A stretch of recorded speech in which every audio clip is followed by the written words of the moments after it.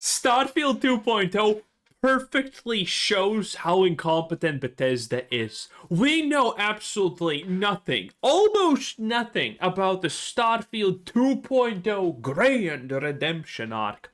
And everyone has already decided that it's gonna be bad. From the very little nothing that we know about it, we already have collectively decided it's gonna be atrocious. And you know what?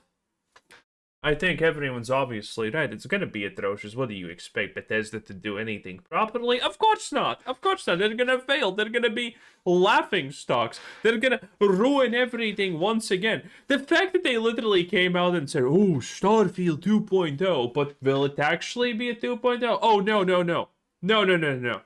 Don't expect any of the, Cyberpunk 2077 or No Man's Sky nonsenses. No, no, no, no, no, no. It's gonna be like more like a 1.1, but maybe less, maybe a 1.05. Yeah, that seems about. It's a joke. But there's a sad joke at this point. Nothing is gonna save Starfield. No 2.0, no 3.0, no nothing. I think it is literally impossible to save what Starfield is. It is easier to make a new game than actually save that disaster. Reports are circulating online about a new Starfield update, with a small group of fans claiming they received an early look at upcoming improvements. Some are calling it Starfield 2.0, drawing comparisons to Cyberpunk's transformative 2.0 update, which revitalized that game with major changes and additions, transforming it from a troubled launch into one of the most popular titles of its generation. Many have stated they expect this new update to do the same for Starfield. While expectations are high, those who saw the Expectations are high from whom exactly, honestly, I have to ask at this point. I don't really see these people who are saying, "Oh, this is gonna be good." Currently, I am seeing a doubt and negative emotion when it comes to Starfield 2.0. I am not seeing these, "Oh, it's gonna be great," people, to be honest. I don't see them. Where are they? Someone needs to point me in their direction because I want to laugh at them. Not gonna lie. Starfield update described the changes as relatively modest, though they remained encouraged and excited about the game's future. At this time, details are under embargo and will be revealed later. Something is clearly brewing behind the scenes, with Bethesda eager to bring players back, especially amid rumors of a PlayStation 5 and Switch 2 release. Yeah, the 5 people playing PlayStation and who are excited for Starfield, though that's probably 2 of the 5. They're gonna be really happy and excited when Starfield drops on PlayStation. This is gonna be the resurgency, boys, okay? Believe it. Also, we have not yet checked how the Fallout TV show has impacted the games. I'm saving that for tomorrow, maybe, because currently it looks bad. It looks unbelievably bad. And I'm not saying I was right, but your boy did predict this. Your boy did call it. And we're gonna enjoy it. Asked about these reports, Todd Howard remained vague but confirmed improvements to space travel. When the hell has Todd Howard said anything concrete? He's the embodiment of vagueness. New game systems and additional features. Some are comparing this moment to Cyberpunk's 2.0 update or No Man's Sky's comeback, with many believing this new version of Starfield could surprise the industry and revive the game. Windows Central suggested that Starfield could move towards seamless. Also, did you also just get deja vu? If so, yes, because he actually this is not he said that at the start of the video and now it's there again. I have no idea what the hell is happening there. Loading-free space travel, similar to No Man's Sky, supported by significant improvements to Bethesda's creation engine. Basically, many people feel this newer version of Starfield will turn it from underwhelming to one of the all-time greats. They feel that with a few minor tweaks, Starfield can finally realize its potential and become one of the best. Yeah. I disagree, and the reasoning? It wasn't loading screens or graphics that put people off Starfield. Exactly. Someone has been watching my videos, okay? Removing the loading screens, we talked about this, I think, yesterday. Removing the loading screens from Starfield doesn't make it a good game. The game's fucking boring. It's just boring. It's dull. It's stupid. It's lame. No one wants to play it. The loading screens are just a very annoying issue because the game is already bad. And it's a meme, okay? That the fact that on average you need at least 3 loading screens if you're a professional Starfield player and you figured out how to avoid most of them, and the average person needs literally 6 loading screens plus 2 unskippable chair sit down animations to get to an objective is wild, yes, but that's not exactly what made the game bad. It's just a part of what made the game bad. It was something deeper that no engine tweak can magically fix. In this video, I will explain this further, so let's get into it. And if you're new here, please consider subscribing. Like so the first video of all, right let's now. talk about the comparisons to Cyberpunk's revival, and I will detail how this is completely different. When Cyberpunk launched, it was unpolished, buggy, and at times unplayable. I bought it for last gen, PlayStation 4 to be exact, and it was very difficult to enjoy. NPCs looked weird, glitches popped up everywhere, AI didn't respond, quests didn't trigger, and it was clear the game wasn't finished. In fact, after I left my apartment at the very beginning of the game, the cops attacked me for no reason, and that was my playthrough. They just based cops attacked me non-stop. It was clearly a glitch. My wife, at the start of the game, picked up a soda bottle which got stuck to her face and blocked the camera for hours. Little things like this led to a lot of criticism. That being said, I managed to complete the game, and if you look past all the bugs, all the issues, the missing content, you could see there was an exceptional game under it all. The open world was incredible, the side quests were well written, the selection of cars and weapons were varied, there was great music, the animations were top notch, there was a masterpiece hidden under all that mess somewhere. It just needed cleaning. Cyberpunk's 2.0 update was essentially this. Yeah, and now all of it is, by the way, gone. Just gone because CDPR Red, well, CD Projekt Red. I always call it incorrectly. Anyway, that thing is gone. It's dead because it's woke. CD Projekt Red have gone the ultimate woke route, okay? From getting awards to literally cherry picking activists for their lead roles and positions, it's gone. Any future Cyberpunk could have had under CDPR, gone. Deleted. Witcher 4, I mean, you already have probably seen it. It managed to clean up the game, fix all the bugs, and improve the graphics to a point where the game is actually one of the best looking games of all time. This update also added new content on top, including purchasable homes, UI changes that made sense, and new quests that fleshed out the world. Essentially, this update let a great game finally shine, and added icing on top as well. But this is the key thing. Cyberpunk was already a great game. It just needed a chance to show it. Starfield's issues are deeper than that. Now, I have made many videos on why Starfield disappointed, but there are 2 major issues that I will cover: exploration and quest design. When it came to space travel, due to the creation engine's limitations, it had to be split into menus and loading screens, so you could load into a space setting and then load onto a planet. Rumors are that they can remove this element and the creation engine was already outdated 15 years ago when they made Skyrim. And now it's even worse. Make it seamless, but the issue is the destination will still be the same. Prior to Starfield, Bethesda had always handcrafted their games' worlds and filled them with unique content scattered throughout. Skyrim had over 200 locations and Fallout 4 had over 250. When exploring these worlds, new locations were around every corner. What was key with this design is that almost every location had something unique to offer, whether it was a new dungeon, a new event, or even a side quest. Players were rewarded for their curiosity. Essentially, if the map had unexplored terrain, if the player went there, they were guaranteed to find something new. This had been Bethesda's model since Morrowind, and each game only improved in quantity and appearance. Many expected the same here, but Bethesda opted to change the formula. Instead of one large handcrafted map with unique locations across, Bethesda changed the formula and then they doubled down on the negative parts of the formula, saying that we just are too stupid to play the game properly as it's intended to be played. What a great, ingenious, and non-combative take.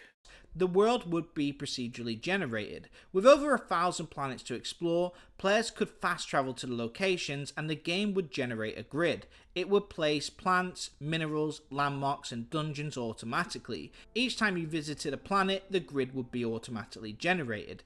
This actually hurt Bethesda because first of all, the planets looked bland and lacked character. Rather than feeling like real worlds, they felt like giant fields. The game would then scatter dungeons and landmarks randomly, and players would have to walk to them, and the distance in between was huge. It's not even randomly, actually. It's typically in it's typically around the middle and in the northeast, west, all of the corners. It's typically around the middle, but spread to the parts of the corners. It's not even random in that sense. It's not even truly random there, and sometimes there would something be in the middle. It's not even It's not random in any way. The more you play Starfield, the better your pattern recognition is. The more you understand. Wow, that they didn't even try and make like a randomness a possibility, or maybe their devs are just so low IQ that they thought that no one's gonna notice that caves have 2 tile sets possible only, and that indoor locations have like 4 tile sets. Maybe they thought it's like that. It would take nearly 10 minutes to walk from location to location. In previous Bethesda titles, it wasn't usually about the destination, it was about the journey on the way. The player would pass by forgotten ruins, caves that begged to be explored, and random NPC events that demanded attention. It made the player want to walk everywhere because there was so much to see. You wanted to seek out the whole map. In Starfield, there is nothing in between, so it becomes incredibly boring. The long walk is just a long walk. There's nothing to see. What made this worse is that when you finally reached your destination, the dungeons were drawn from a bank of pre-built ones, and that bank was very small, and even then, the dungeons looked almost identical. As a result, you would often run across the same locations across every planet. This ruined the experience, as not only was the journey now dull, but the destination had no guarantees of being worth it. Players were no longer guaranteed unique experiences for exploring, so many quickly stopped after a handful of planets. So you could be on planet X and you'll find dungeon A and B. You might fly to planet Y and find dungeon C, but then you'll find dungeon A again, and then B again. When people play Skyrim and Fallout 4, it's about exploring and clearing each area. You want to go into every building and dungeon because it's a guaranteed new experience. Starfield cannot offer this, so after you start to experience repeats, you not only lose interest, but the world doesn't feel real anymore. And the question is honestly only how long does it take you to start noticing that you're repeating the same thing? It feels artificial. This is why you find... And don't get me wrong, by the way, every game has repetitive experiences, and that's why they're great. Skyrim, technically, if you're using that as a template, it's the same repetitive experience. Walk 3 minutes that way, find a cave. Bam, boom, bam. Do a cave. Cave at the end has some kind of lever you pull that gives you, that puts you at the entrance of the cave. Bam, boom, bam. 3 minutes in that direction. Congratulations. Cave. It's not exactly unique in that sense. It's repetitive, but it's the good kind of repetitive. The repetitiveness that you want to feel. And also, one of the biggest things that no one honestly talks about when it comes to Starfield, because I honestly think it's not a minor issue, but it's a pretty big issue. It's the fact that you actually can see the locations on the map when you land on a planet now. You know where you're supposed to go. There is no exploration of any planet because you're just trying to get as fast as possible to the location on the mini-map. And now on the map because you can see it fully. And everyone knows that there's nothing. That there's no point to stop. There's no point to do anything on the way. It's pointless. So you're just running 5 minutes straight to a location, doing it maybe, and then doing the same location 5 minutes that way. It is not a good experience. It is a very bad experience. It's a very poor experience. And so many people look... And by the way, this is why I think they will ruin the next game. They will ruin Elder Scrolls because the people making this slop at Bethesda are really stupid. They're like uniquely low IQ, right? The Bethesda devs are some of the worst untalented people in history of gaming. But they're trying to probably learn something, and they're probably getting the wrong takeaways from these situations, like on Starfield. Oh, there's not enough things on planets. So you know what they're gonna do? I think for Elder Scrolls 6, they're gonna space out things in the too close to each other. I think that's what's gonna happen. They're gonna space out things too close to each other that you're gonna actually struggle picking one place to go because oh, I can go to this location, I can go to this location. But I can see both of them, and I know that if I go here, I'm gonna see two more locations that I'm gonna supposed to go afterwards. So I'm not gonna get the full experience. I'm gonna have to backtrack, and I think that's how they're gonna ruin the Elder Scrolls 6 or Fallout 5. Honestly, even something like this happened in Tainted Grail: The Fall of Avalon.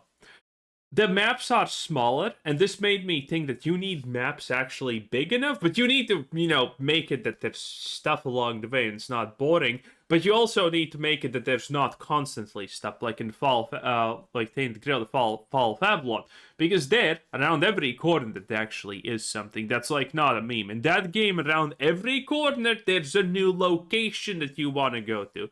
And that's actually very off putting, at least for me, the fact that I see a location and then there's another location. And I know if I go to that location, I'm going to have to backtrack to that location because that location is going to give me directions for 3 more locations. And that's a lot of off putting for me, at least.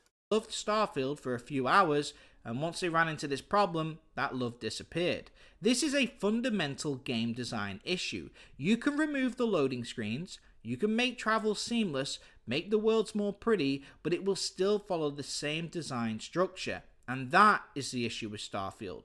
By abandoning a handcrafted world, Starfield removes a core pillar of Bethesda's identity, a world worth exploring. This decision has a ripple effect that undermines the rest of the game's design. Without a static world to anchor stories and quests, the classic Bethesda formula begins to fall apart. Take side quests for example. In earlier games, side quests were built around specific locations. A quest in Skyrim might send you to a unique tower with a custom layout, a named boss, and a story crafted for that exact place. A one-off experience that felt grounded in the world. As a result, games like Fallout 4 and Wait, I'm feeling that I actually have seen this video. I think I have heard him say this exact point previously. I'm like 99% sure that that's true. Skyrim would offer hundreds of side quests for players to complete, each with their own story, characters, and dedicated unique locations. Every side quest felt worth your time as a result. Starfield's constantly shifting, procedurally generated environments make this approach impossible. In Starfield, as the world is constantly changing with no consistency, you end up getting side quests that feel generic. Fetch quests, collect a bounty from a... I mean, it's not even the fact that they're just random gobbledygook. The problem here really is the fact that they just have no substance. Like, the average Starfield side quest is go buy me a coffee at Space Starbucks. Gee, thanks. And there you go, quest complete.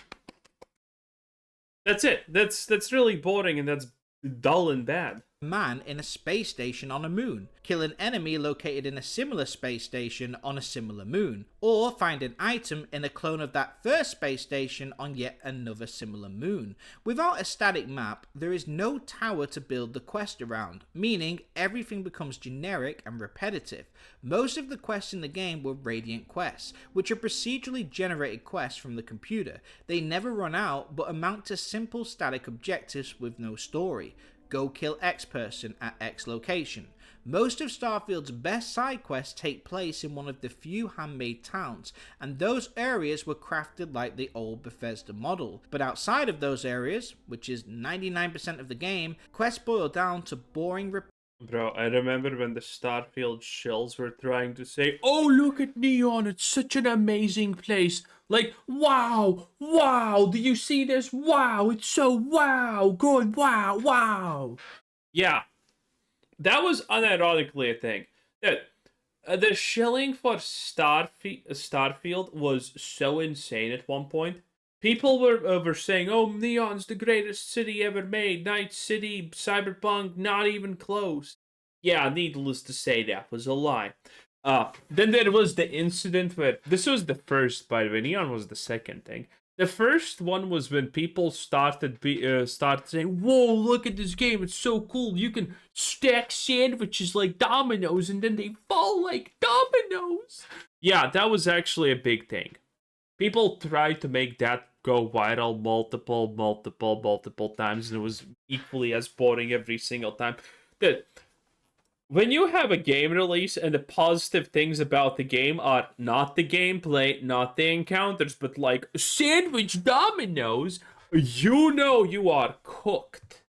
Crafted like the old Bethesda model. But outside of those areas, which is 99% of the game, quests boil down to boring repetitive fetch quests. So straight away, all the key elements that people loved about previous Bethesda titles have all been removed. This is why people didn't like Starfield as much, and why it was disappointing. Skyrim and Fallout 4 offered giant handcrafted open worlds with hundreds of unique locations filled with handwritten quests. Starfield gave players procedurally generated grids with repeated locations filled with generic Procedurally generated a slop. Computer created objectives. This is Starfield's biggest issues, not loading screens. Cyberpunk had technical issues, but the game underneath was great. Starfield was actually Bethesda's most polished release, with less glitches than previous entries, but the gameplay loop was not satisfying. Cyberpunk had a cosmetic issue, technical issues covering a great game. Starfield's issues are not the same. It is a fundamental issue that is the problem, and Bethesda can remove loading screens, make space travel normal, but if the destination is the same as it was originally, the core issue remains. This is the reason I feel these new changes, whatever they may be, cannot save the game, because it's deeper than a few technical tweaks.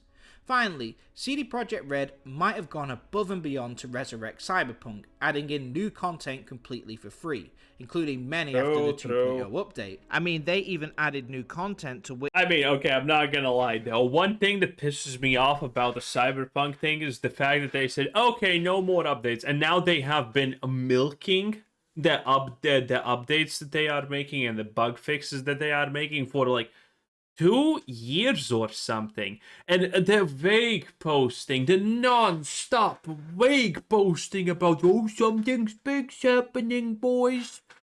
Better get your big spoon ready. Something big is happening in Cyberpunk. Something big. Did you see the calendar? Did you see the calendar? Did you see it?"